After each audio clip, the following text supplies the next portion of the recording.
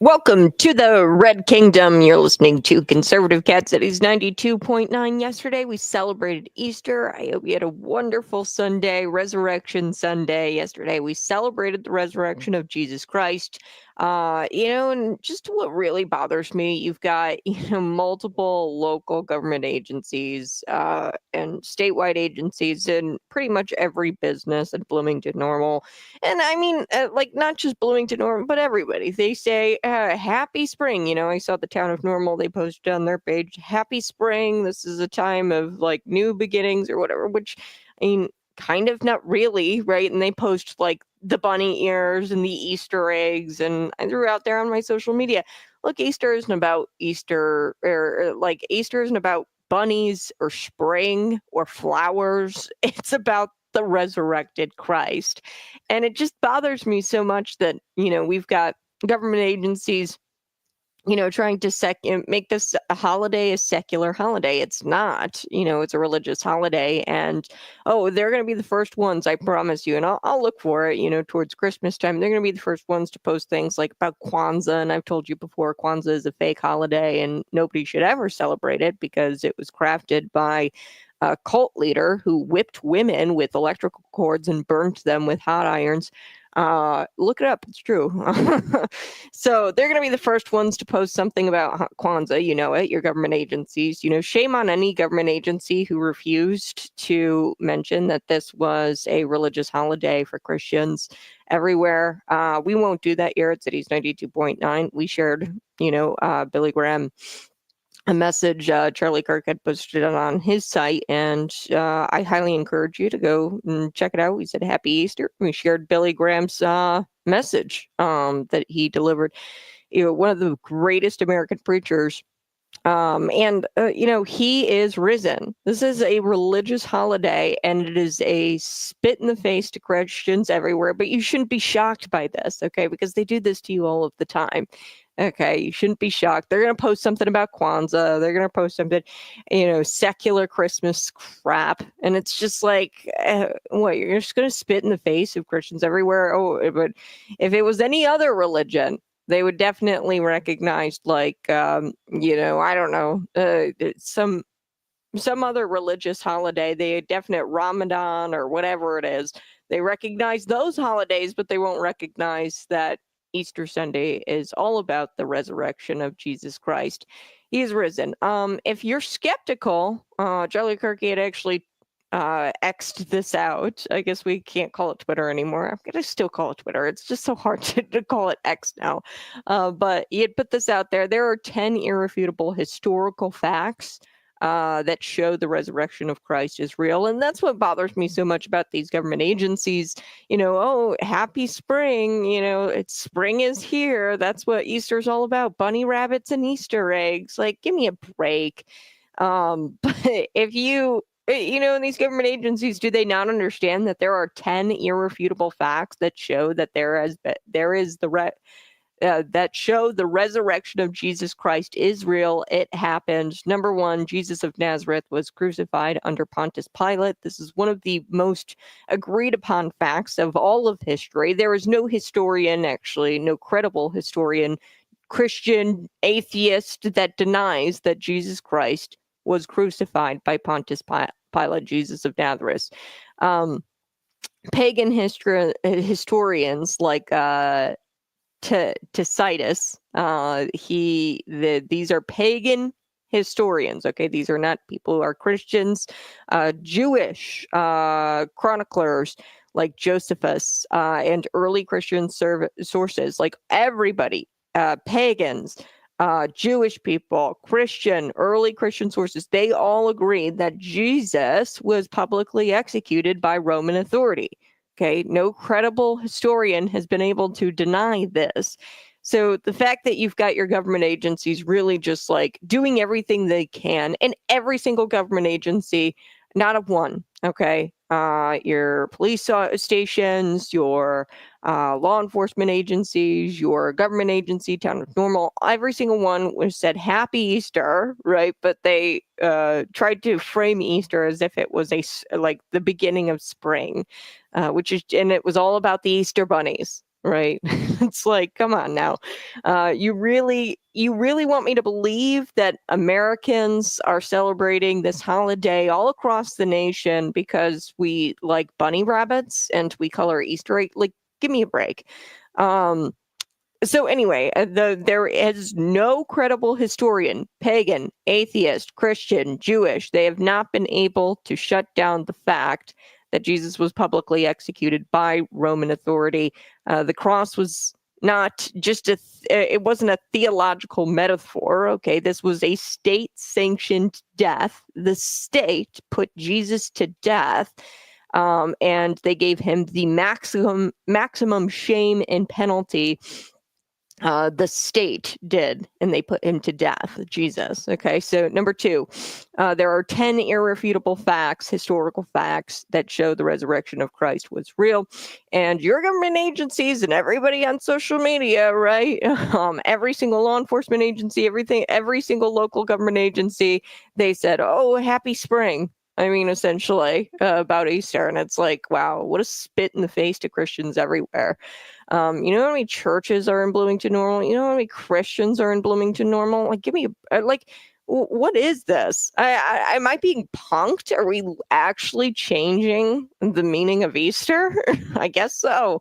Number 2, he was buried in an accessible tomb. Okay, in a known accessible tomb. So the Gospels named Joseph of Arimathea, a wealthy member of the Jewish council. Okay, Joseph of Arimathea. Okay, as the man who buried Jesus. Okay, they named this guy. The Gospels named this guy as the guy who buried Jesus.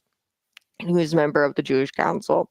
If this were a fabrication, using a public figure easily investigated by enemies would be self-defeating. Okay, so the Gospels, they name this guy, okay, as the guy who buried Jesus. Why would you name the guy who you could easily investigate into and see what Joseph did with the, like, did you actually put it in the tomb, Joseph of Arimathea, this wealthy member? Like, they wouldn't have, publicly noted that in the Gospels, or they wouldn't have written it down if they weren't okay with it being investigated. You know what I mean? Like, because atheists, they'll say, like, oh, all of these disciples lied about the resurrection of Christ. And it's like, none of that makes any sense. And here's why. The early Christian creed, 1 Corinthians 15, dated scholars like James D.G. Dunn to within 5 years of the crucifixion, and he affirms the burial. Okay, so there was a scholar who affirmed it. So this isn't a myth, it's a memory. Okay, there were scholars who lived back then, within 5 years of the crucifixion, noted it. The early Christian creed, 1 Corinthians 15, dated by scholars James D.G. Dunn, to within 5 years of the crucifixion. Okay, so that's number 2. They buried him in a known accessible tomb. The guy who buried him, the Gospels named him, so that way, like, they were fact checking themselves. Okay, they were making sure that all the facts were there, so that it was irrefutable that Jesus was actually buried in a very known accessible tomb. And then scholars confirmed, that within 5 years, of the crucifixion, they confirmed that tomb was real and that Jesus had to have been there. So the tomb was discovered empty by women. I find this super incredible. In ancient Jewish society, women's testimony was considered unreliable, okay, in court. So if the resurrection story were to be invented, placing women at the center of the discovery would be absurd. Okay, the only reason to report this detail that women had noticed the tomb was empty is because it actually happened. It didn't benefit them in any kind of way to say that women discovered Jesus. If they were lying, they should have said men discovered Jesus, had the tomb was empty, because it would have been reliable in court. So having a woman's testimony that the tomb was empty, there was no reason for that. And the only reason why they would do something like that is because it actually happened that way, that women actually discovered the tomb was empty. Number 4, 10 irrefutable facts that Jesus died and was resurrected. Okay, these are irrefutable facts.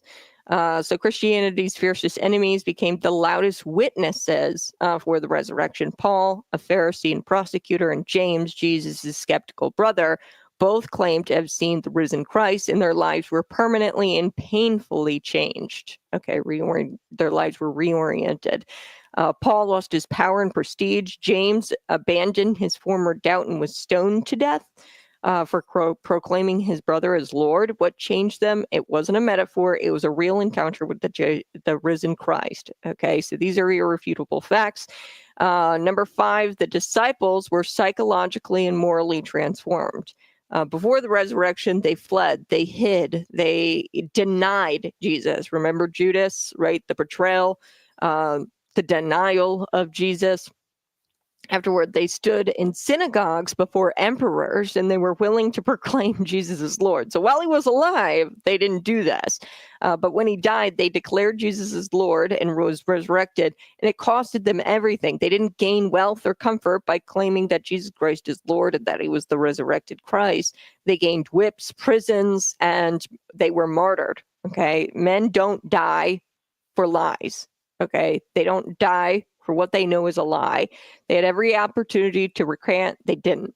Number 6, these are irrefutable facts that Jesus Christ is the resurrected Christ. Can check this out. Charlie Kirk, he tweeted it out. Over 500 people saw Jesus alive at once. Okay, so this is not a folklore. Paul documents it in 1 Corinthians 15, saying that most are still alive, effectively daring the readers in 1 Corinthians 15. Hey, I'm daring you. I'm daring you to go investigate this. Most of the witnesses who saw Jesus Christ alive after the crucifixion, they saw him. So most of these people are still alive. Go ask. I dare you. Right? That's essentially what Paul is saying here in 1 Corinthians 15. Mass hallucinations do not happen to individuals. So a lot of people will try to say that, oh, this was a mass. All of these 500 witnesses says this was a mass hallucination. That doesn't happen with diverse individuals across multiple locations. Including skeptic and enemies over 40 days. Okay, they saw Jesus Christ alive. This wasn't a hallucination. 500 people actually saw Jesus Christ alive at once. 500 witnesses. Like, that's insane. We usually put people away for crimes. Like, if they witness a crime, we'll put, a murderer away if there's one witness. If there's 500 witnesses, what? This is just folklore? Come on. No, it's not. Number 7, the resurrection was proclaimed immediately, not centuries later. Unlike legends that slowly evolve, the resurrection was preached within weeks of the very city that Jesus was executed. So, for example, Kwanzaa, and I guarantee all the local government agencies are going to be like, happy Kwanzaa. Kwanzaa it's not something that's an old holiday. It comes from the 60s. It's a cult leader. He wanted everybody to celebrate it because he was insane. And he's the guy who beat women with electrical cords and hot irons. It was just totally disgusting. And it makes me sick to my stomach that we have government agencies that post about, this holiday, and yet they won't post about the real meaning of Easter, which is a spit in the face to Christians everywhere. But so anyway, so unlike legends that slowly evolve, Kwanzaa has slowly evolved into a holiday. Okay, and this is it was developed in the 60s, like I said, by a cult leader. This is not something that was slowly developed. They started talking about the resurrection right when it happened in the city where Jesus was executed. So the early creed embedded in Paul's letters wasn't developed by theologians in ivory towers later on. Okay, so the resurrection was carried out by fishermen, tax collectors, former zealots who had seen something they couldn't unsee. This wasn't later developed by the religious elite. Or by the popes, okay, later on in life. This wasn't developed by this was word of mouth. Fishermen, these are people who actually saw Jesus Christ alive after the crucifixion. Yes, Pope Francis did die. We're going to get to that a little bit later. That's breaking news. The message launched from Jerusalem, the least convenient location. Okay, so this message of the resurrection, I'm talking about the 10 irrefutable facts of the death and resurrection of Jesus Christ. These are facts. The message was launched from Jerusalem, which would have been the most, it was not convenient to launch this message from there. If the tomb still had a body in it, Christianity would have been crushed. Okay, the Romans and the Jewish leaders had every incentive to expose this hoax, but they couldn't, and they didn't because there was no body to show. So, they could have easily prove it or stopped this hoax, right? Or this, people said, oh, they're mass hallucinating. They could have easily stopped it by opening up the tomb and showing the body was there, but there was no body to show. So the gospel just spread like wildfire, and they couldn't stop it. If Jesus was dead, why not show the corpse and end the Christian movement? The leaders, the Romans and the Jewish leaders, had a chance to stop it, but they didn't because they couldn't, because there was no body to show. This is what the epicenter of the thread of Christianity was the body being gone from the tomb. Why didn't they just shut it down by showing the body? They couldn't. Stolen body?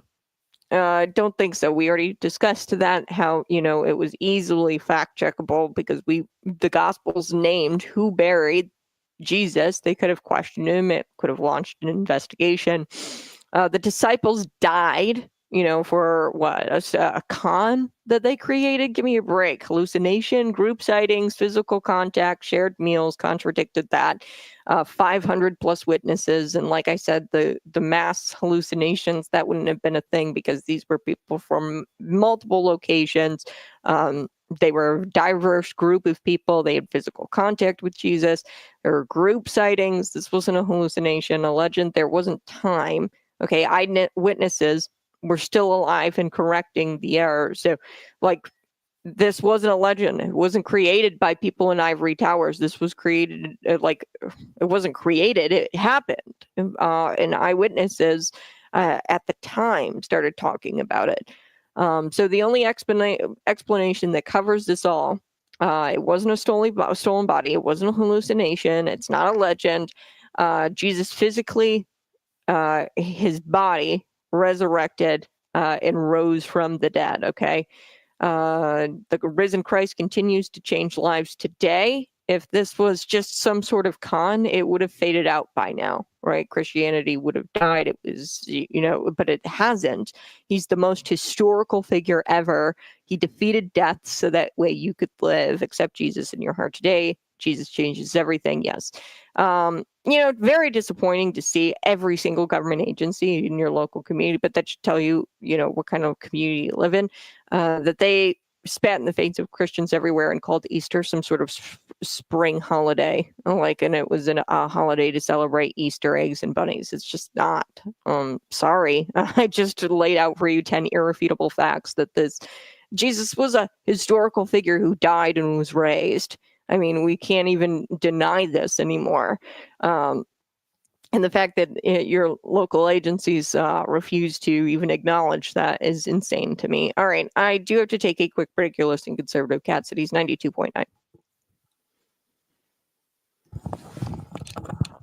Hey, go ahead, smash that like button, share this with your friends. I'm just going to show you a little bit of what I'm talking about here because, I feel like I'm outraged for no reason. And I feel like you got to see what I'm outraged about. So I'm going to share my screen and show you what I'm kind of talking about.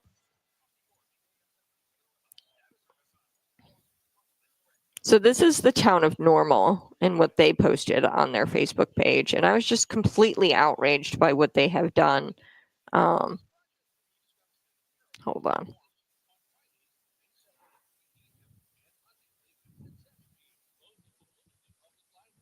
Okay, here we go. This is the town of Normal, and I'm going to get to other ones as well. Right there, you see it right away. Easter bunny ears. Okay, whatever. What do they say in the caption? Wishing you a joyful day filled with love, laughter, and sweet surprises. Whether you're hunting eggs spending time with loved ones, or just enjoying spring, have a wonderful Easter. Easter bunny, egg, flowers, and then town of Normal. So there you have it. That's the town of Normal site. Let's get to a few other ones I saw. I mean, it was literally like just pick your government agency.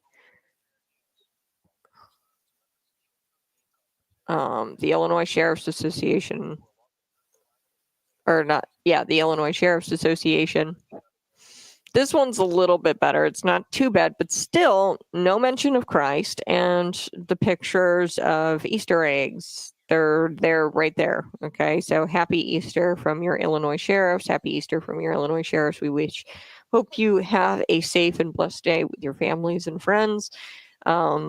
This is the, picture. No mention of Jesus Christ at all. Happy Easter. That's it. I don't know. Maybe it's just me. Maybe I'm the one who just notices it. Let me find another one. Oh. I can show you these for days.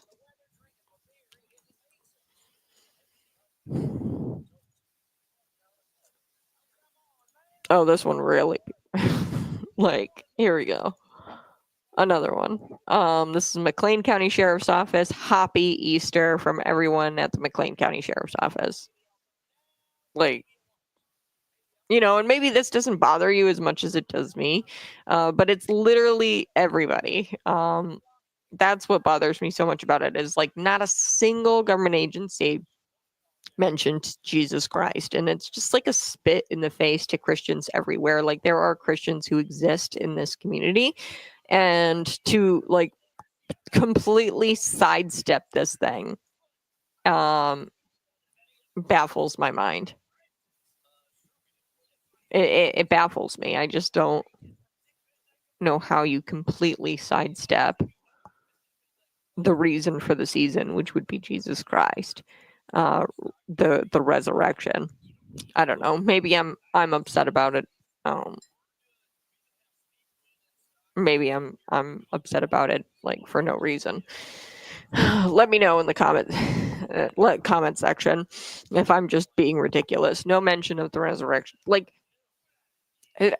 No mention to Christians everywhere, happy Easter, he is risen, you know what I mean? Very, very simple. Thank you, we're with you, Kat. It's just so blatantly obvious that they are sidestepping what Easter is truly all about. And you know what, I guarantee it, I actually didn't look it up, I guarantee it, you had town of Normal. Let's just go there really quick. And I'll look it up and see if they've posted about Kwanzaa. Kwanzaa is a fake holiday. Okay, number one. And it's celebrating, or it was created by this cult leader. I'm sure that they post about Kwanzaa or some other religious holiday. But because this is a Christian holiday, they sidestep or they skirt around the blatantly obvious reason for this holiday. You really expect me to believe that entire populations observe, or the entire American population observes this holiday because bunnies? It just doesn't make any sense. The final days, Kat. I know. It's never. Maybe it's just I've never noticed this before because I've these are the finals days, and as you say, the light gets lighter, the dark gets darker. The final days are here, and I'm just noticing it more, just because of where I'm at spiritually. But I don't know. I'll tell you right now, I just noticed it more and more. Here's yet another one. This one really got me. Here we go. This is the Normal police station or police department. You'll see this. Okay, happy Easter. Hold on, let me throw it up there. Here we go. Happy Easter. Easter eggs again. Okay. Happy Easter from the Normal police department. As we celebrate the season of hope, renewal, and new beginnings, we want to wish everyone in our community a safe and joyful Easter. like new beginnings, hope. I mean, I guess hope, right? But like, still no mention of Jesus. This is not like just like, oh, it's spring and it's new, like that's not what this holiday is about. Whether you're spending the day with family, enjoying a big meal, hunting eggs with the little ones, like no mention right here would have been a great time. Whether you're spending the day at church, or it, like you didn't even have to say, I guess, Jesus' name, but you literally are sidestepping it. We hope that it's filled with laughter, love, and sweet treats. Stay safe, be kind, and know that we're always here for you. Like, I just, maybe it's just me. Maybe I'm a nut. Who knows?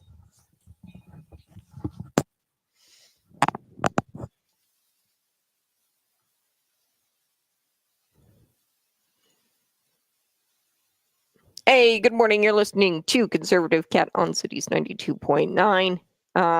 Before we took the break, I was telling you about the 10 irrefutable facts surrounding the resurrection of Christ. I really love Donald Trump's message on Easter. Now, your local government, I just told you about the Normal Police Department, the town of Normal, the McLean County Sheriff's Office. All of these government agencies completely spat in the face of Christians and refused to recognize that Easter is a religious Christian holiday. But you shouldn't be shocked by this. This happens to Christians all of the time, right? They talk about this being a spring holiday, and a time to eat sweet treats, right? That's what the Normal Police Department, they said. Oh, it's a day to have a lot of sweet treats. Yeah. Oh.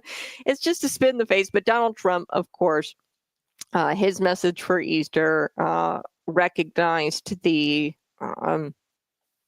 crucifixion, talked about Jesus. He said that America is a nation of believers.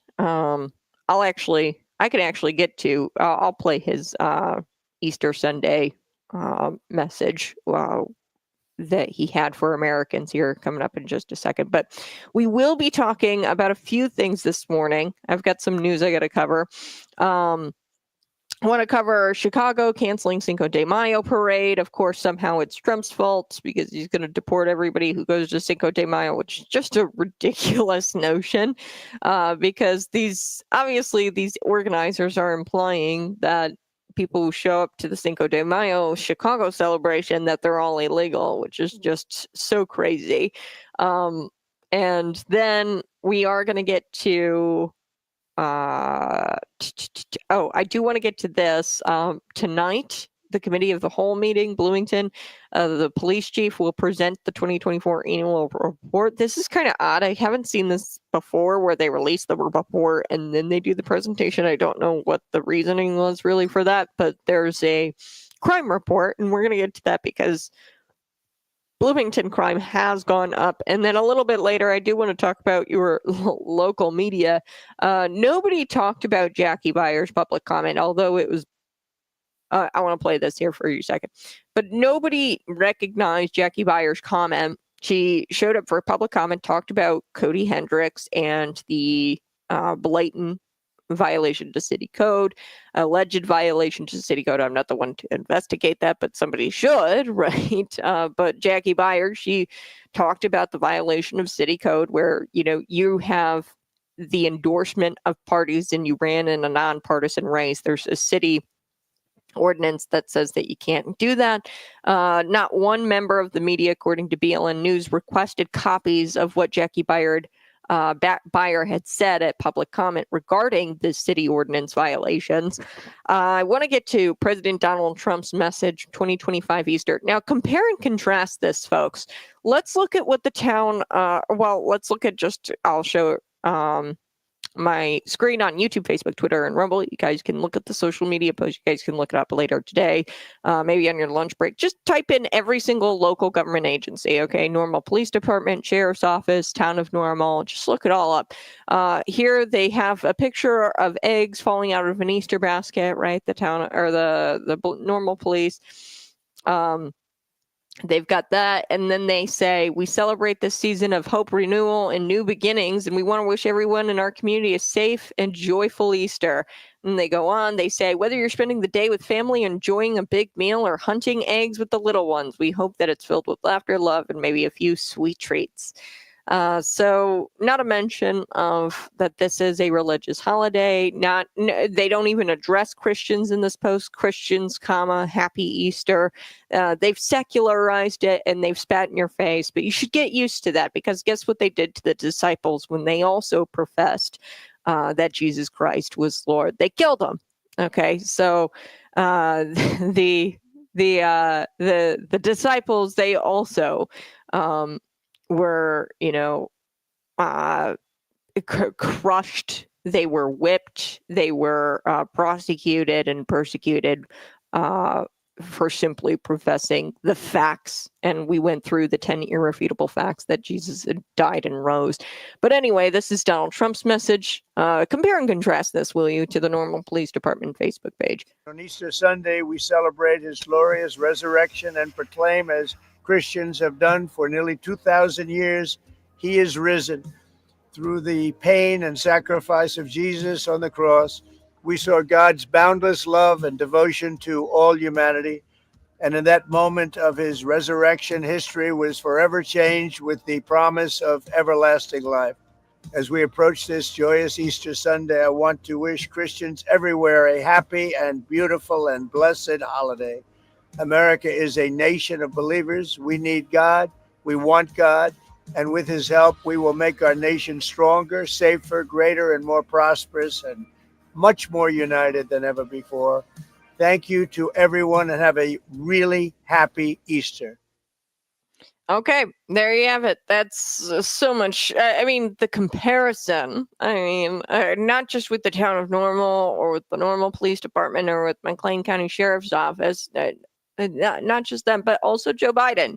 I think last Easter he proclaimed Easter is the Trans Visibility Day. It coupled as the Trans Visibility Day. So, slap into the face faces of Christians everywhere, because Christians believe that you are wonderfully made and you can't change the way God made you. Okay, so the trans ideology thing completely contradicts, or is the antithesis of what Christians believe. So it was a slap in the face to Christians everywhere. So I don't know. I just wanted to do some compare. Like, that's really what has been bothering me over the weekend. It's just, the blatant ignorance.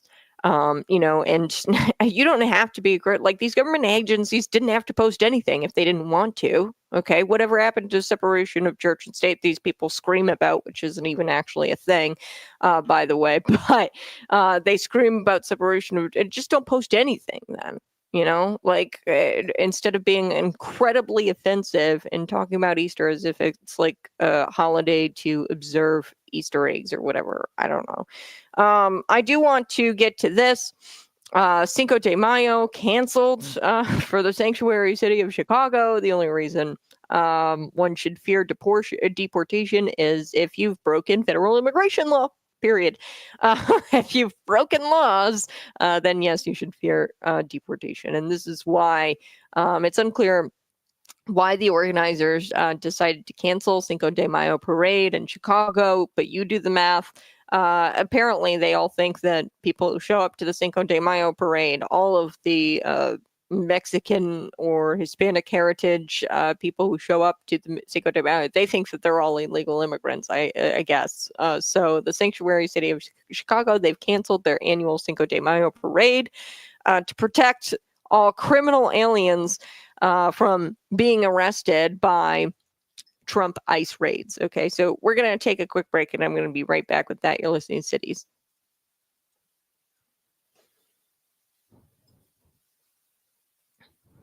We love Trump. Yes, we do. Compare, 2024 Easter with Joe Biden. Exactly. The trans visibility thing. It's also called the Antichrist. Yeah, the Antichrist. God is real. Surely Trump convinced God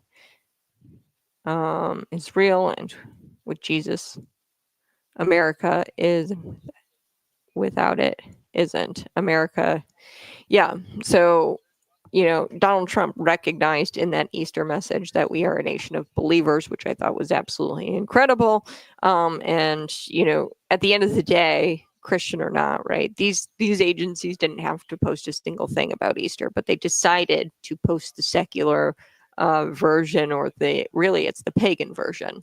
Easter eggs, Easter bunnies, right? This was symbols of fertility. It was the goddess Ishtar. I've told you about this, where um, you mate like bunnies. That's where the saying comes from. You mate and then you have children 9 months later in the winter solstice, and you kill children.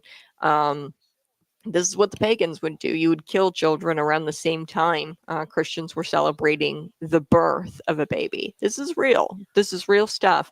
The pagans continue to troll Christianity, and now they've taken on roles of government. So that's where I'm at with it. The bunch of pagan worshiping losers who run these social media pages. I'm not saying everybody in the government, but whoever has some sort of professional oversight over these social media pages, pagans. That's really what it is. And they've spat in the faces of great. And you should be outraged about this, and you should take note, and you should vote everybody out. That's what I would recommend. Vote every single one of these people out. Let's get to this. The sanctuary city of Chicago. We're going to get to this here this morning. They, of course, are canceling Cinco de Mayo because they're afraid that Trump is going to come with his ICE raids and deport everybody at this parade, which is kind of dumb. Like, you're clearly just assuming that a bunch of illegals are going to show up, which is just dumb, like, in general, because it's like, okay, if you're an illegal immigrant and you've broken federal immigration laws, I highly doubt you're going to expose yourself by going to a Cinco de Mayo parade, number one. Number two, the organizers implied people over profits, right? They're prioritizing people over profits because this is a profitable parade. But the real reason may or may not be because half of the sponsors dropped out, by the way. So a lot of these sponsors aren't even sponsoring this thing anymore. Why? Because it's dumb. Okay. And why would I spend my money on a parade? That's probably why a lot of these organizers dropped out. Not to mention woke, right? According to the Post Millennial, the reason they say is that they fear that the Mexican community, due to immigration policies under Donald Trump administration, organizers say they chose to cancel the event to focus on safety rather than profits. Total ridiculousness, I'm telling you. Well, number one, it's crazy that they even it's very telling that what Democrats think, the Democrats who run this, Hector Escobar, he's the president of some sort of chamber of commerce who puts this on, and it's just dumb. They think that everybody, the attendees, all of the Mexicans that are going to be attending this said parade are going to be illegals, and they're worried that they're going to be deported, which tells you all you really need to know about Hector Escobar, who runs this Chamber of Commerce, who puts on the parade. We're going to get to it. It's according to the Post Millennial. Hector Escobar, he says, our people are scared. See, some of them, they don't even want to go to work, and some of them, they take a really high risk to go to work. There's definitely not much to celebrate here with the parade. Crazy thing is even if you are illegal, nobody's going to force you to be there, okay? What they're really doing is they're just depriving legal, law-abiding citizens from this parade. Because most likely, if you broke federal immigration laws, you're not going to be attending a parade, most likely, and especially the dangerous. I mean, Trump has put a focus on dangerous illegal immigrants. So on top of breaking federal immigration law, you're an MS-13 gang member, and I highly doubt that they're going to be drinking tequila and watching, balloon animals down the streets of Chicago during a parade. MS-13 gang members. No, they're going to be busy. They're a little busy, popping people for no reason. Kilmar, the MS-13 gang member, by the way, We've learned a lot about him. He sought asylum here in this country. Why? The reason for his asylum actually is so hilarious. And this is why he got deported, by the way, is because on his asylum paperwork, he admits, that it was a rival gang and he was going to be killed by a rival gang member or gang members. So there's multiple gangs, El Salvador, right? You have MS-13, you have some other gangs, and these other gangs were going to kill Kilmar for being an MS-13 gang member and not, one of these other gangs or have a village. So that's what happens, and that's why he came to America. So it's so hilarious. He's a father. He's just a father of young kids, and he's a what was it, Manhattan Man or something like that. Give me a break. Come on now. He's an MS-13 gang member, and he even knew he was an MS-13 gang member. That's why he came to this country.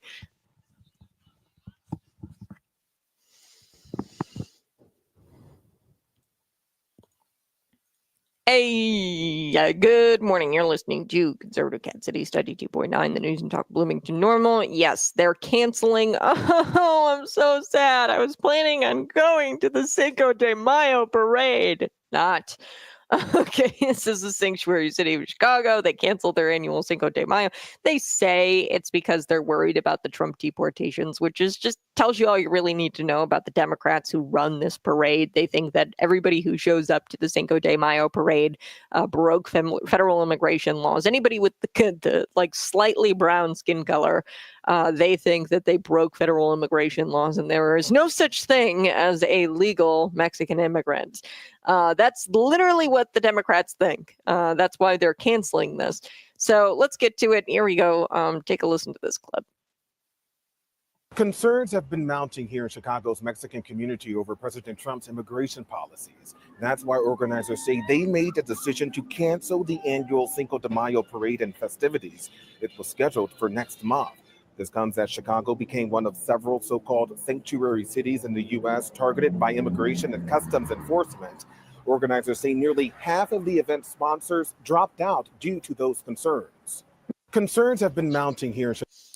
Yeah, really what it is, much like, I think it was the San Francisco Pride Parade, the sponsors have dropped out. Here's the reason why sponsors are dropping out, because of they're sick of this whole DEI thing, and I'm not anti Cinco de Mayo. I think it's a great thing that you celebrate your heritage and little things like this, like a little parade, not that big a deal. But there's not an emphasis on it in our country anymore because Donald Trump is doing away with it, much like the Pride Parades, right? Your insignificant birth traits, like your skin color, your hair, really like your nationality, I would say, once you're here in America, insignificant. The reason why you come to America is because you prefer, or I'd imagine you prefer, the nationality of America. Otherwise, you would have stayed in your homeland, and you prefer your nationality and your culture over American culture. The reason why you come here is because you want to assimilate. That's quite literally why you'd immigrate here, is because you prefer our way of life, the American way of life. So I don't know why you need to have some sort of Cinco de Mayo celebration or for example, the Pride parades. I don't know why you would need to celebrate your sexual orientation. People who are comfortable in their sexuality and their sexual orientation, they don't need to boast about it. They just, what goes on in your bedroom goes on in your bedroom. That's insignificant, right? So this is really interesting. They've canceled this, and they're saying, "Oh, it's because of the deportation policies." Really, what I think it is that we're shifting. We're having a cultural shift in this country where we don't prioritize other nationalities. We're shifting culturally where we uplift the American way of life. We don't demonize the American way of life. I think there's a shift happening. The same reason why sponsors pulled out of the San Francisco Pride Parade. We're no longer uplifting all of this insignificant birth rates or insignificant sexual orientation or where you used to live or come from. We're uplifting the American way of life and meritocracy. Okay. If you're excellent at something, then we're going to uplift you. And you're going, like, that's what we're going to celebrate in this country. So I think there's a cultural shift. That's why the sponsors dropped out. Why do I say that? Because we're seeing that with pride parades everywhere. And this is, similar in a sense that you're celebrating, a nationality that is irrelevant because you've migrated here to America. You should assimilate and want to be a part of our nationality, our culture. So if you don't want, that's where I'm at. I think that the sponsors are dropping because there is a shift going on here in America. And I think it's kind of comical and honestly blatantly racist that these organizers implied that the majority of the Mexican community are here illegally. Not true. Okay. An illegal alien, it's not a race, it's not a nationality. Okay. And to imply such a thing is just naive and it's stupid. That's what they're implying by canceling this, is that the Mexican community is illegal. That's not true. I would say most of what's going on in Chicago, they're Venezuelan. A lot of them appear to be white, actually. So yeah, to act as if these people are fearful of being deployed or deported is just a ridiculous notion, because there's lots of people in the Mexican community who would celebrate a Cinco de Mayo who are here legally, and it should be no problem, right? But these people, they are blatantly racist, and they think that everybody in the Mexican community must have hopped the border and broken federal immigration laws. We're going to get to the guy who's running the parade, aspects of the parade. He's with the Chamber of Commerce, Hector Escobar. We're going to get to what he says next. And then I do want to get to Bloomington in the crime overview, because they released a report prior to the presentation that I believe is supposed to be happening tonight, the committee of the whole meeting.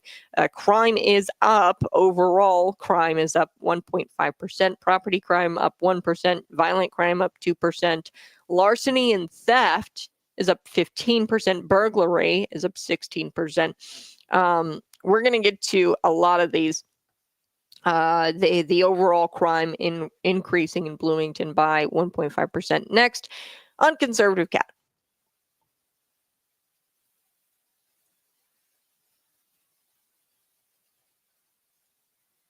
Hey, go ahead and smash that like button. Hope you enjoyed your special day. Yes, I did. I really did. I had a wonderful, thank you for all your birthday messages, by the way, that it was so sweet of you guys. I really did enjoy my birthday. I share my birthday with my twin. You guys know I'm a twin. And I'll tell you guys, I'll actually wait to tell you the story on the radio. It was a lot of fun. Maryland man. Yeah. Kilmar. He's a Maryland man. He's a father. He's just a real special guy. Came here on asylum, seeking asylum because he was an MS-13 gang member and he was going to get killed in El Salvador by a rival gang. So that's why he came here. And I guess I don't even really quite understand the clerical error that happened. The end result is that he's going to be deported. So even if they were to correct this clerical error that the media is like up in arms about, even if they were to have corrected that, bring him here, there's still going to be a deportation order generated. Okay. And like I said, the Supreme Court, they, 9-0 said that this clerical error, that he was taken out of the country, not by a deportation or not by proper procedural maneuvers. Okay.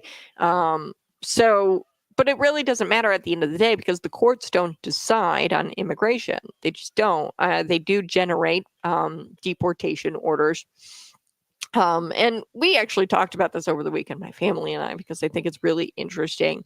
We're all about taking felons' guns away. Okay. If you murder someone, the Democrats don't want you to have a gun. They want that gun to be revoked, or that FOID card to be revoked here in the state of Illinois. FOIA is illegal, by the way, totally unconstitutional and anti-Second Amendment, but that's besides the point.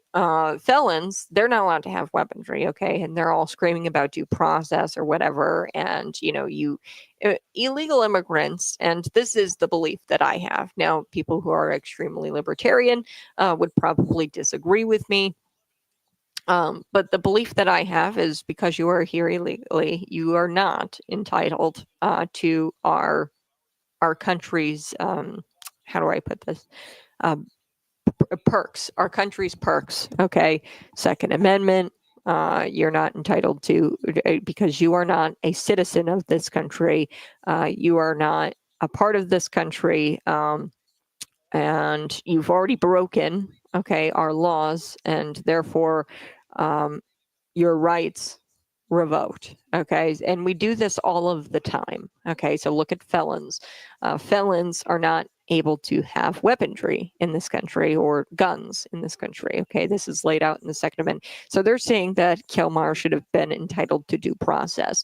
At the end of the day, I don't think so. Why? Because he broke our federal immigration laws. He's not a citizen of this country. He's not entitled to it, much like felons are not entitled to the Second Amendment. Now, people who are more libertarian to me, and to be honest with you, in a perfect world, yes, felons wouldn't be able to have guns, but would be able to have guns and they'd have their Second Amendment rights restored and not revoked.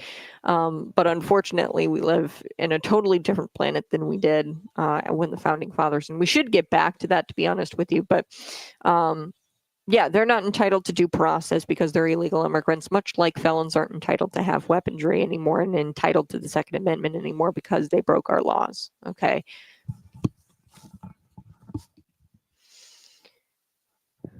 Woo! Hey, good morning. You're listening to Conservative Cat Cities 92.9. You guys can always visit me on the stream, YouTube, Facebook, Twitter, and Rumble. Subscribe to the channel today. I do want to say really quickly, I so do appreciate all of the birthday wishes. You guys are so sweet. Yes, my birthday was yesterday. I share my birthday with my twin real quick. It was so hilarious. I don't know if you guys have ever bought trick candles. Me being the crazy the crazy girl that I am, we had the birthday cake, we did the candle thing, and I took all the birthday candles and kind of put them in the middle to do this huge like flame because I'm a nut. And I wanted to put all the candles in the middle to have like this huge one big candle, right? Unfortunately, I didn't look at the box. My mom didn't look at the box, and they were trick candles. Okay, so and I thought, oh, it won't be that big a deal. We'll put all the candles in the middle and we'll blow it out and it'll be fine, because it's a big flame at this point. You put all the candles in the middle, you generate a huge flame, and it was like a toasty fire right there on top of the cake. And I was like, okay, we'll just blow it out really quick, and it won't be a fire hazard or anything. We're good. So they were trick candles, and I had put them all in the middle there, and then like this huge flame. So here we had this huge flame on top of this cake, and we went to go blow it out, but they were trick candles. So the huge flame just kept igniting, and I got panicked. So my husband, he comes over and he starts plucking out all of the candles while they're lit and throwing them into a bowl of water, because that's the only way you get rid of trick candles is by extinguishing them with water. But yeah, it was a little stressful.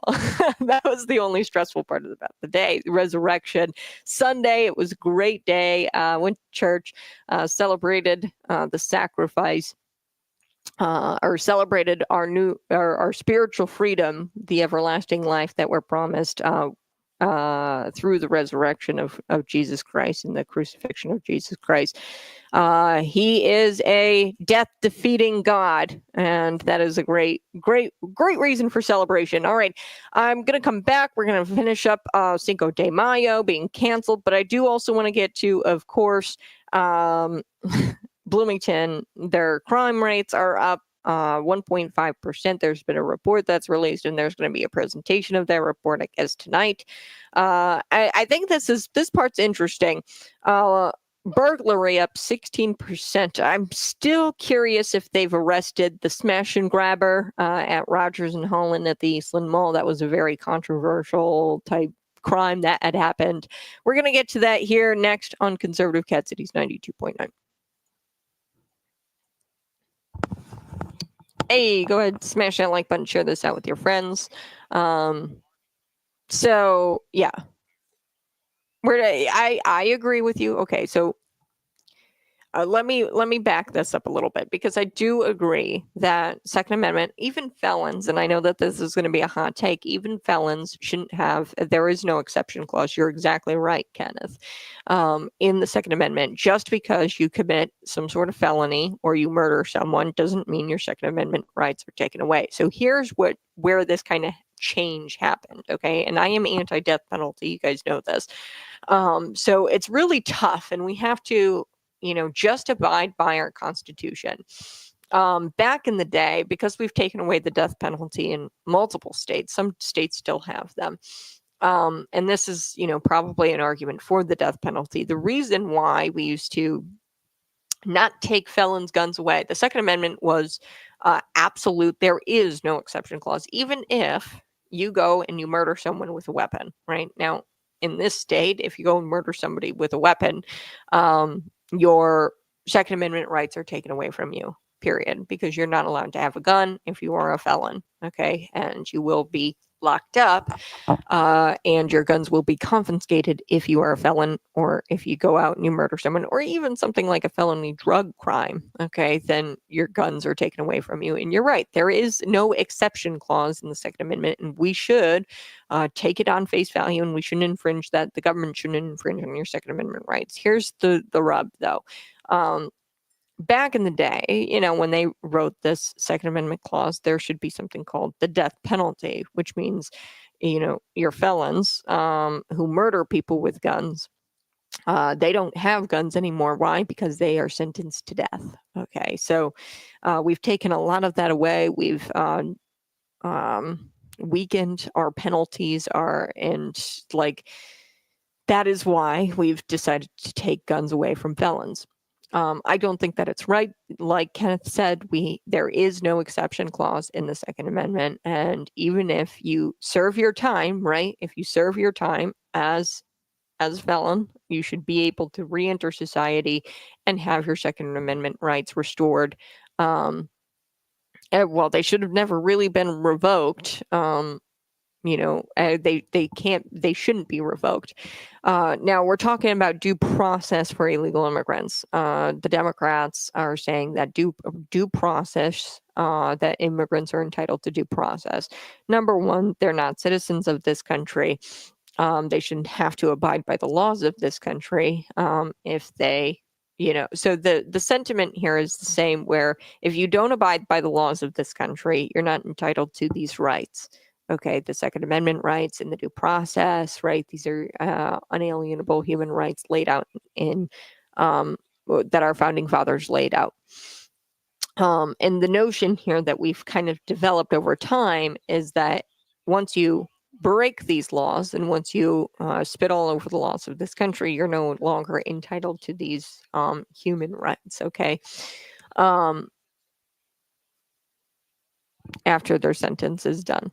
That's I'd have to look into that. I don't think that's the case for Illinois, because we're communists. Okay, so I don't think that's the case everywhere. But we should, once their sentence is over, their Second Amendment rights should still be there. Okay, but there's this argument that illegal immigrants should have due process, and to be frank with you, I mean, it is up to the president of the United States, not the courts, for national security. I wouldn't say that I'm a complete libertarian in this sense, okay? Where you have felons with guns. I'd love to be an absolutist on that. However, we have weakened the penalties for violent felons that go out and kill people with guns. We've weakened those penalties and have made it to where within a couple of years, they're back out on the street if you murder someone. Okay, so the Second Amendment, it shouldn't be touched. It shouldn't be infringed on for anybody. And there is no exception clause. You're right. But we have destroyed this country and we don't decide to criminalize or penalize our criminals. And that's why, having felons out there with guns, a lot of people will say that that's scary. And it is, because they're out there, a year after they killed somebody with a gun, and they're able to go get and purchase another one. But yeah, I bring this argument up because I think it's interesting, at least, to have a conversation about it. Immigrants due process, felons, Second Amendment, and once you break the laws of this country, do you get the spoils of this country? I don't know. There's people in much higher positions than I am that can battle this out, but at the end of the day, I think immigration should be enforced by the enforcement branch of this country, not the judicial branch. And the Second Amendment, there is no exception clause. You're totally right, Kenneth.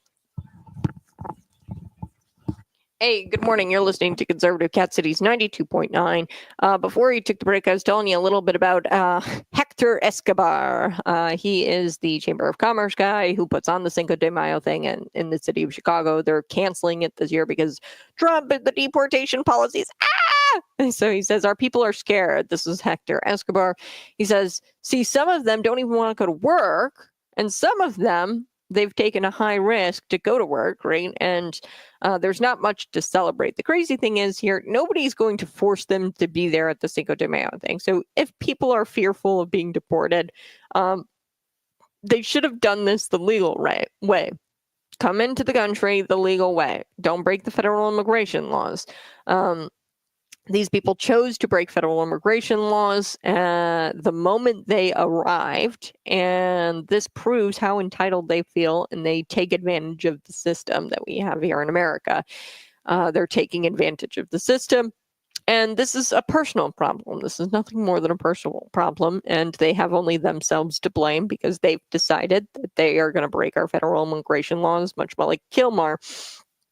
He sought asylum here, and this just goes to show you how messed up things were under Joe Biden. He sought asylum because there was a rival gang who wanted him dead. Okay, so he was an MS-13 gang member. The reason why he was seeking asylum in this country is because rival gang members in El Salvador were going to kill him, so he fled to America. Okay, so this is where we were at under the President Joe Biden. We were giving asylum claims to straight up MS-13 gang members.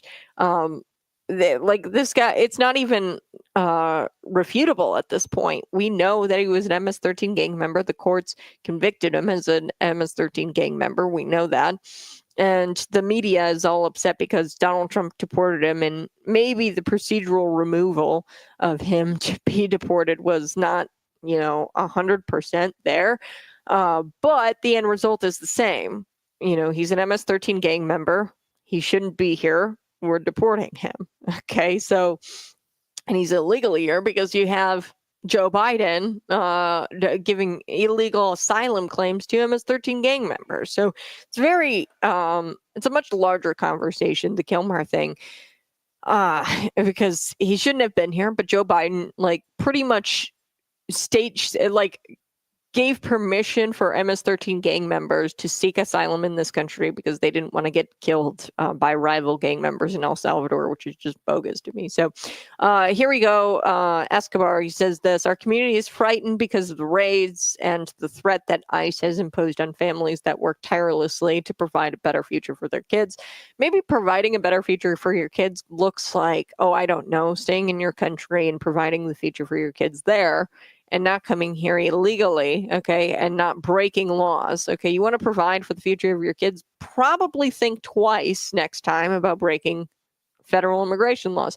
Our community has faced bullying and prosecution and are not indulging in community activities. Therefore, we don't feel like there's a need to celebrate. Like I said, the reason really why this is probably shutting down, it's not because of the deportation orders, it's because the sponsors have pulled the money. Okay. They're like, we'd rather focus on people than profits. You have no money. Okay. All the sponsors dropped out. And the reason why the sponsors are dropping out is because there's a cultural shift in this country where we stop uplifting people based on their nationality and culture. We start uplifting American culture because guess what? This is America. Okay.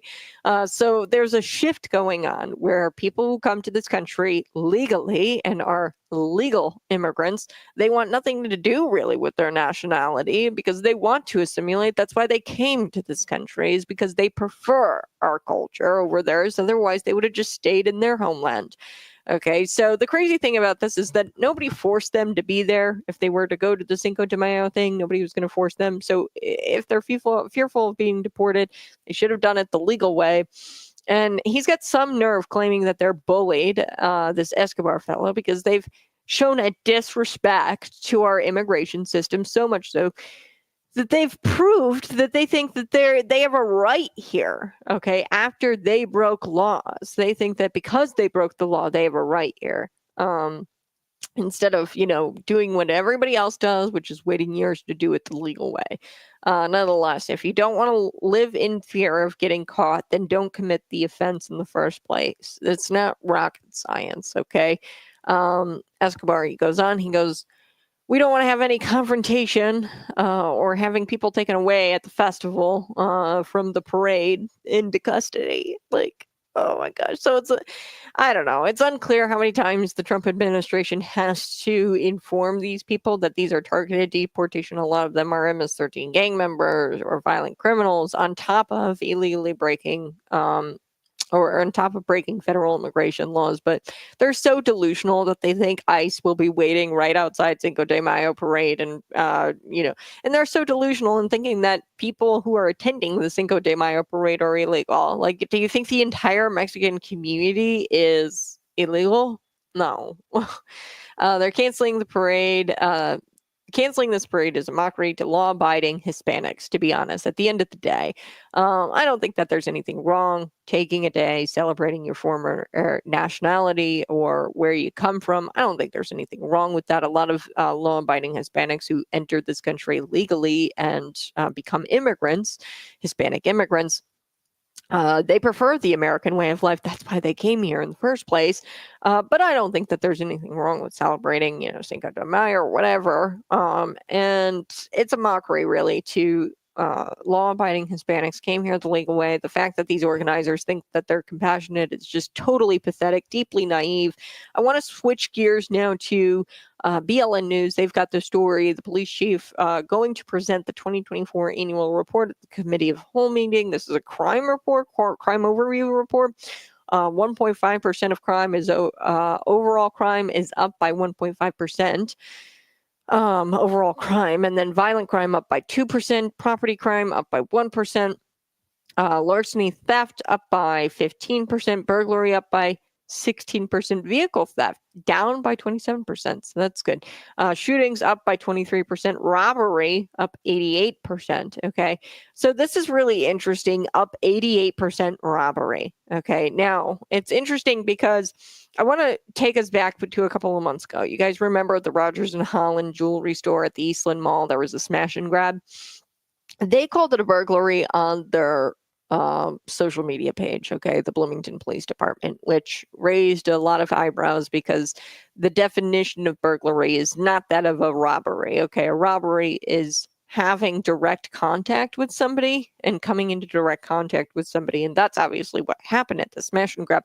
A lot of people thought guns went off because the sound of the hammer, and they got all upset. You guys remember this story, Bloomington Police. They got all upset because people were spreading misinformation. Yeah, well, they're victims of a crime, okay? Even if it is just a smash and grab and they were, in the food court and they weren't the ones behind the counter, that you're still a victim of a crime. And when you hear, popping noises, and you're in a heightened, people are running around and trying to flee from the area where the smash and grab was happening, you're your sense of logic and like everything goes out the window. Okay, so it's not misinformation, it's witnesses reporting what they had thought they heard. Okay, and it was just deeply troubling that you had the police department out there calling victims like or telling victims of crime that they were spreading misinformation because they've gotten some of the details wrong. Like I feel like that's cop 101. You don't tell victims that they're wrong for experiencing something traumatic, right? I feel like that's like cop 101. The victims are going to report what they felt in the moment. So the store had security cameras. I haven't seen any arrests as it pertains to the Eastland Mall smash and grab, which they called a burglary on their social media, which is totally different than a robbery. Robbery up 88%. That is a staggering number. That is like shocking. 88%. 2024 crime report. They haven't posted who that smash and grabber was at Rogers and Holland. There's no pics of the thief posted for the public to identify. I don't think any arrests have been made. If the robber escaped on a bicycle, which is reportedly what happened, why didn't they catch him? I feel like it'd be pretty easy to catch somebody riding away on a bicycle, pedaling away on a bike. The arrest, I don't know why it hasn't been made public. Nobody's been told about the arrest. I don't believe so. And I think it's interesting that they released this report prior to the presentation. Okay, so I don't know why they would do that. Maybe it's because they want to skirt around maybe revealing this robbery number, the 88% up. I don't know. I wonder why this report was released before the presentation that's supposed to be happening tonight. BLN News points this out. She didn't see anything, Diane Benjamin, about cracking down on speeding and reckless driving in the report. Driving locally is obviously dangerous, evidenced by the 6-vehicle crash that happened recently on Main and Veterans Parkway. Would have liked to see something out of that report that, cracked down on speeding and reckless driving. Statewide, it's kind of interesting. There's this law in place where it's like 3 strikes and you're outlaw. So like traffic violations, you don't have to pay for, like quite literally, this is the thing in Illinois, which is just wild to me. You don't have to pay unless it's your 3rd offense, and then you have to pay. Like I'll look up the bill and how it got passed and everything. This was Justin Slaughter who introduced it. And so these side slightly at least like slightly safer, I would say, of Veterans Parkway. I don't like driving on Veterans Parkway. I know you hate driving on. It's like a joke in Bloomington normal. Don't drive on Veterans Parkway. It's dangerous. I would have liked to see something, but I think it's interesting. Robbery up 88%, and they didn't even classify, like on their social media page anyway, they called the smash and grab at Rogers and Holland a burglary. Now, robbery versus burglary, I'm just going to look it up real quick. You guys can always find me on YouTube, Facebook, Twitter, and Rumble. The differences between the two, burglary and robbery, are both crimes involving theft, but they differ in how the theft is committed. Burglary is unlawful entry into a structure with the intent to commit crime, often theft, while robbery is theft of property from a person by force or threat of force. A hammer, okay, and taking a hammer to glass, that is a threat of force, okay, and by force, okay, there was a glass case and you take it by force. Burglary focuses on the act of entering the property, while robbery focuses on the direct taking of property from a person. Okay, so this was an interaction that obviously somebody behind the counter at Rogers and Holland had with the criminal. I think it's interesting that this report came out before the, and this is a staggering number. Overall crime up 1.5%, but robbery is up 88%, which is insanity. Maybe releasing the report kind of keeps the media off, like the heat off of these guys for a little, like it'll downplay it a little bit, because if you present these statistics just cold at this meeting, those are going to be the first times you see this number. Okay, the 88% increase in robberies. That's going to be the first time you hear it and see it. and then Tuesday morning the news is going to break. So they released this prior to the presentation. And I think it's a way of kind of diluting it or trying to get it out there and keep it in the new, or try to keep it, it's all about timing, I think. They want to kind of dilute the gravity of this statistic by releasing the report and then presenting it rather than just presenting it all at once. I think it dilutes the gravity of that statistic. All right, I got to take a quick break, but you're listening to Conservative Cat Cities 92.9.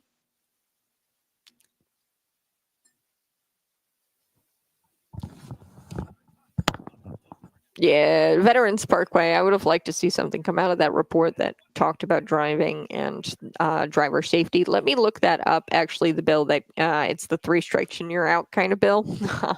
So it's traffic violate, like speeding tickets. You get like 3 of them, and you don't have to pay them until your 3rd one, which is absolutely insane. So hold on one second. I'm going to find that bill. Smash that like button and subscribe to the channel today.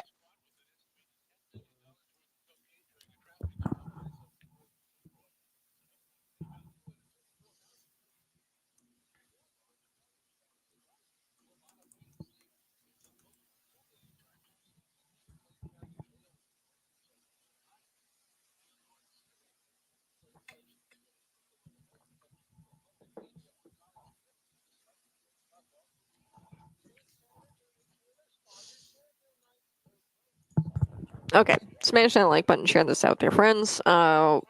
Before the break, I was telling you a little bit about Justin Slaughter's bill. This was a bill that passed the Illinois General Assembly, and it would allow traffic violators to get 3 unpaid traffic tickets per year before they have their license suspended. This was introduced by Representative Justin Slaughter, who didn't move forward with a different controversial traffic bill that would have prohibited officers from pulling over individuals caught speeding up to 25 miles per hour. Okay. Posted speed limit. Okay, so this would have prevented officers from doing, their job and enforcing speeding and giving out speeding tickets to people who drive over 25 miles per hour. So if it's less than 25 miles per hour, then the cops weren't able to pull them over, and if it was at 25 miles per hour, the cops wouldn't have been able to pull them over. That bill, obviously very controversial, did not make it. So he pushed a different, more watered down version of this traffic bill, which was House Bill 277. Okay, and this one is the traffic violators get 3 unpaid traffic tickets per year before they get their license suspended in the state of Illinois. This is probably why Bloomington police avoided any kind of, details about enforcing safer or reckless driving, cracking down on speeding, cracking down on reckless driving, is because there's a push at a state level that waters down these kinds of offenses. Okay, so House Bill 277 is designed to modernize our procedures for people who receive tickets, minor traffic offenses, and fail to appear in court. Current laws grant our judges the power to suspend an individual driver's license if he or she fails to appear in court. From a fairness and equity perspective, this current process is creating a significant challenge for individuals who are at risk as they seek to hold their jobs. Okay, so if you suspend somebody's license, excuse me, sorry, need more coffee.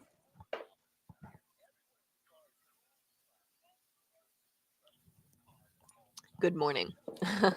Smash that like button, share this out with your friends. State Representative Patrick Windhorst warned that if the proposed bill became law, there'd be no incentive for violators to pay their tickets, and it would be problematic for local governments as well as you because of reckless driving, right? So reckless driving has definitely gone up. There was nothing in the report that really talked about this. Combating reckless driving, cracking down on reckless driving or speeding, probably because at a state level, there is this law that exists where, people, they receive tickets and you get like 3 of them and then you finally get your license suspended, which is just ridiculous. We're going to get to that. And then I do want to get to a few other things this morning. English is widely spoken in the UK. But leftist officials, they have decided that because of no human is illegal, that requesting somebody speak in English is somehow classified as a hate crime. So if you're in England, the UK, and you ask somebody, hey, can you speak English or do you speak English? Apparently that's a hate crime. We're going to get to that here in just a second. Smash that like button. We're going to be right back.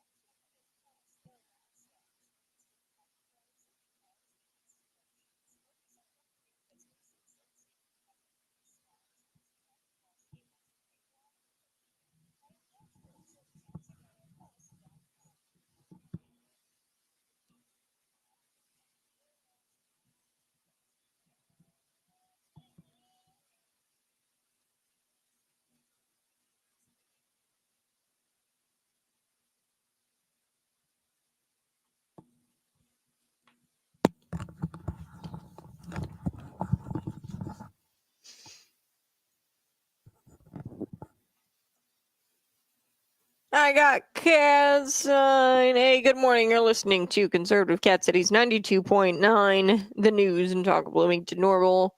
So do appreciate you being here this morning. Yes, we were talking about the Bloomington crime report that was released. There's supposed to be a presentation on it. I think it's interesting that they release the report prior to the presentation. That usually doesn't happen. ... As BLN News points out that they didn't really talk about in this report. Cracking down on speeding and reckless driving. The reason why I think that is because Illinois is not very, they're not really all about cracking down on traffic violations. Case in point, last year, there was a bill where Illinois drivers, they are now allowed up to 3 unpaid or 3 unpaid tickets, traffic violation tickets, before suspension. Okay, so the bill passed the Illinois General Assembly. Green Center Square and this will allow traffic violators to get 3 unpaid tickets per year before they have their license suspended. Now, Justin Slaughter, he's the guy who introduced this. Now, you guys remember, if you go back into your brain, the Wayback Machine, we'll remember that Justin Slaughter is the same guy who tried to get this bill passed where, it would have prohibited police officers from pulling over individuals who were caught speeding 25 miles per hour or over. Okay, so if you were caught speeding, essentially they were defanging police officers and saying, hey, you can't pull people over who are caught speeding up to 25 miles per hour. So if it was like 26 miles per hour, you could pull them over, 27 miles per hour over, then you could pull them over. But if they were caught speeding 10 miles, 15 miles, 20 miles, or 25 miles over the speed limit, then you can't pull them over, according to this bill. That didn't get anywhere. So he introduced, of course, a watered down version that allows traffic violators to get 3 unpaid tickets before having their license suspended. So he said that the current law is unfair to violators, or the previous law was unfair to violators and caused problems for them to keep their jobs. So I mean, essentially, it's 3 strikes and you're out, where you get the suspended license. But like, if you speed 3 times, get a ticket each time, okay, you don't have to pay it, and you won't have your license suspended up to 3 times. So now on like your 3rd time, if you speed again and you don't pay it, then you would have your license suspended. Like this bill, there is no incentives now for violators to pay their tickets, which is a problem for everybody, local governments, revenue, things like that.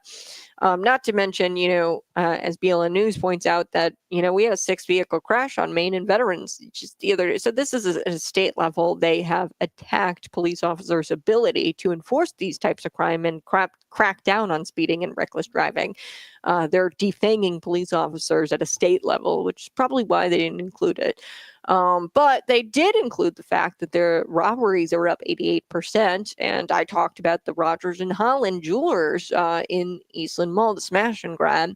And you guys remember the social media post by Bloomington Police. They called it a burglary. And perhaps they classified that as burglary because they know robbery is going up a lot and they don't want to classify it as burglary. I don't know. It was very confusing because burglary and robbery is very different. And smash and grab definitely would be considered a robbery because robbery, as I told you, usually it's taking things by force, using the threat of force to take something away from somebody. A hammer would definitely be a threat of force, right? So definitely a robbery. Don't know why they called it a burglary on their site. Peculiar, very interesting. It's also interesting that they released this before the presentation. There's supposed to be a presentation before the committee of the whole meeting tonight. The Bloomington police chief is going to present this annual report. Overall, crime is up 1.5% in Bloomington. Shootings are up 23%. There's 37 shootings. Gun seizures are up 16%. Vehicle theft actually down 27%. Larceny and theft up 15%. Property crime up 1%. Violent crime up 2%. So overall, not great. It's up 1.5%. Now, the staggering number is that 88%. Robbery being up that high. So I do want to get to this. Local media, obviously last week, they were all in the council chambers at Monday's meeting, Bloomington council meeting. None of the members of the media apparently requested copies of Jackie Beyer's public comment. We reported on Jackie Beyer's public comment right here on Cities 92.9 because we believe in government accountability here. Other media outlets, local outlets do not.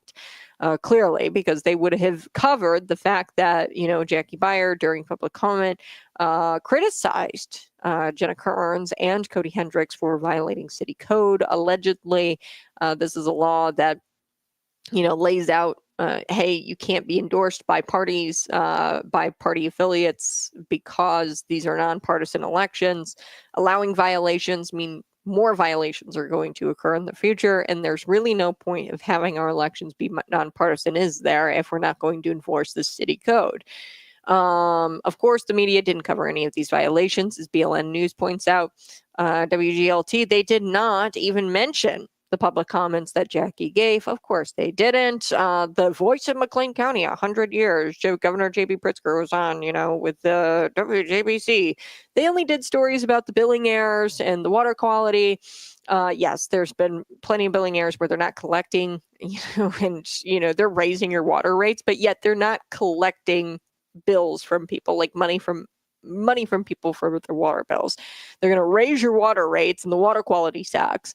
So you're paying more for crappy water. And then at the same time, they're going to raise those water rates, but they're not collecting. And it's like, whoa, wait a second. Why don't you collect? There's billing errors here. Why don't you? But it's government. We know that government never works. And this wouldn't go over very well if they were private sector, okay? So they only did stories on billing errors and water quality, EK, WEK. They covered very little from the meeting, of course. Nothing about Jackie Beyer's public comment, where she says, hey, this looks like a violation of city code. Are we going to enforce this? Are we going to ensure that our elections remain nonpartisan? Because that's really what's on the table here is, should Bloomington elections be nonpartisan? If we don't want them to be nonpartisan, okay, well, then we need to remove the ordinance and we need to change that law because clearly there's some people who don't want the elections to be nonpartisan, as they received public endorsements by parties, by the McLean County Democrats, okay, and this was printed on Cody Hendricks mailer. So CI Proud, they only mentioned the housing projects. Pantograph, they only mentioned the housing projects at the Bloomington City Council meeting. Nobody mentioned, of course, Jackie Beyer. We did. We mentioned actually all of it. I mentioned the water quality, the water rates going up. I mentioned the billing errors. It's clear that there's been water bills that haven't been paid or collected. And we mentioned the housing projects. I told you about, how Bloomington is probably going to become the next Chicago with these housing projects. They're at a state level, carving out small landlords, and they're making room for these big corporate type landlords to come in with their huge multifamily housing.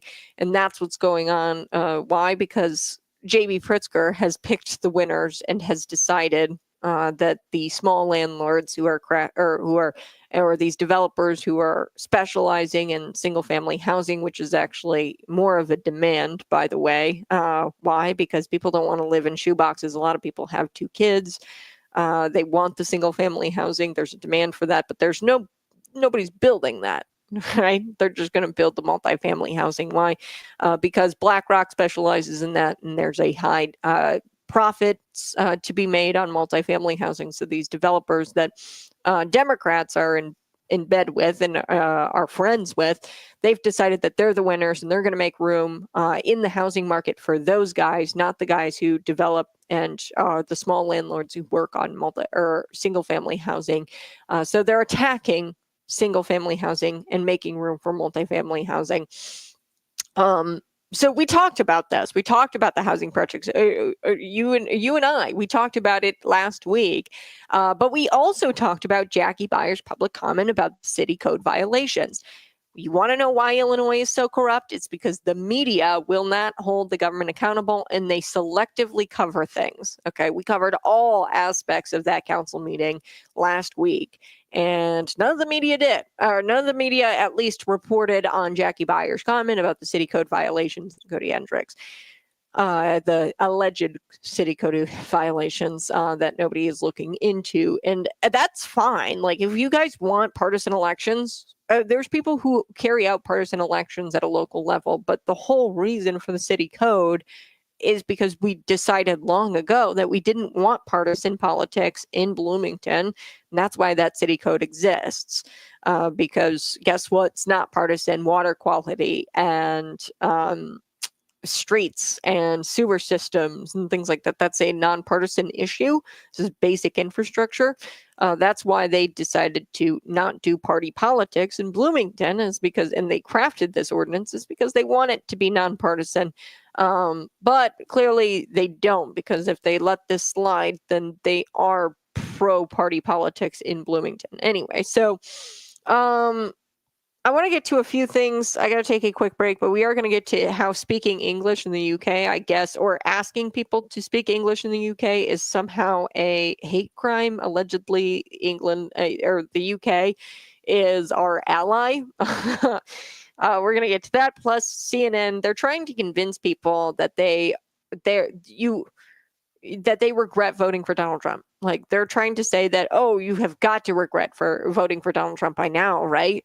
Their polling guru at CNN has already stopped that. Like, there is statistical proof that people are pro Donald Trump and are not regretting their vote at all, and it's actually the opposite. So we're going to get to all of that here next on Conservative Cat Cities 92.9, the news and talk Bloomington Normal.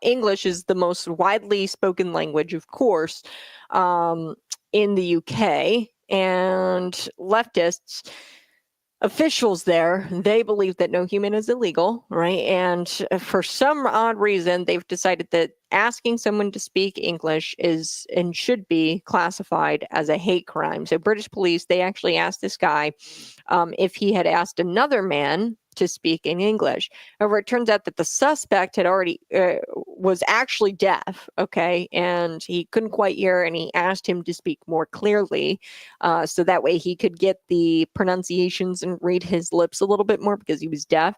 But take a listen to this. This is going to shock you. Here we go. You may have filmed some of this interaction with the mayor. No, because if you do, that would be really handy for us. But apparently, during some conversations between yourself, apparently you have alleged, we weren't here, so I don't know you've said it, but you've alleged to say speak English. Or was that effect? Speak clearly. Speak clearly. No, the gentleman's partially deaf. Yeah, he can speak clearly. Yeah. So I couldn't even hear him. No, and that's fine, and that's why we've just come to speak, because potentially someone could perceive that as a hate crime.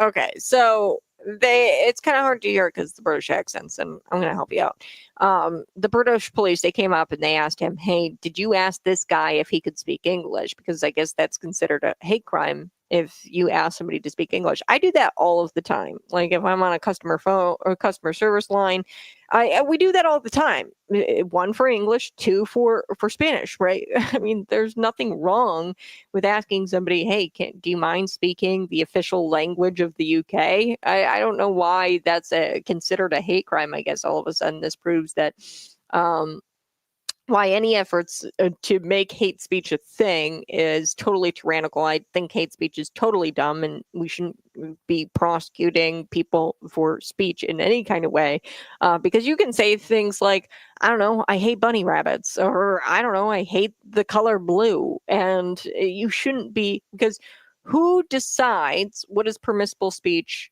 and what is not? That it's the government, and the people in power get to decide what's permissible speech, despite how insane it may be. So people in charge in the UK have decided that asking someone to speak English, I guess, is a crime. So no Mexican national would be charged with a hate crime. And this is how you know that this is total bogus. If they were to ask somebody to speak Spanish, say they were a Mexican national and there was a tourist who is also Spanish, like this wouldn't have even been a thing if they asked another Spanish speaking person to speak Spanish rather than English, right? In the UK. There's no other country that would make this a thing. However, since the UK is anti-Western civilization and they are anti-English speaking, that's really what this is that they're anti-Western civilization, anti-English speaking. Despite it being a huge part of the Western world, the UK is a huge part of the Western world. They're an ally of ours. They've resorted to this kind of insanity simply because they, I don't know, want to be politically correct. Okay. This is such who would even report this such a non-issue? Okay. So this guy, he's talking to another guy, and this guy actually happens to be deaf, and he didn't ask if he could speak English, by the way. He said, can you speak more clearly? He's deaf, and he needed the lip reading, and he needed him to speak a little bit more clearly. He didn't ask him to speak English. So this is like a whole nother can of worms.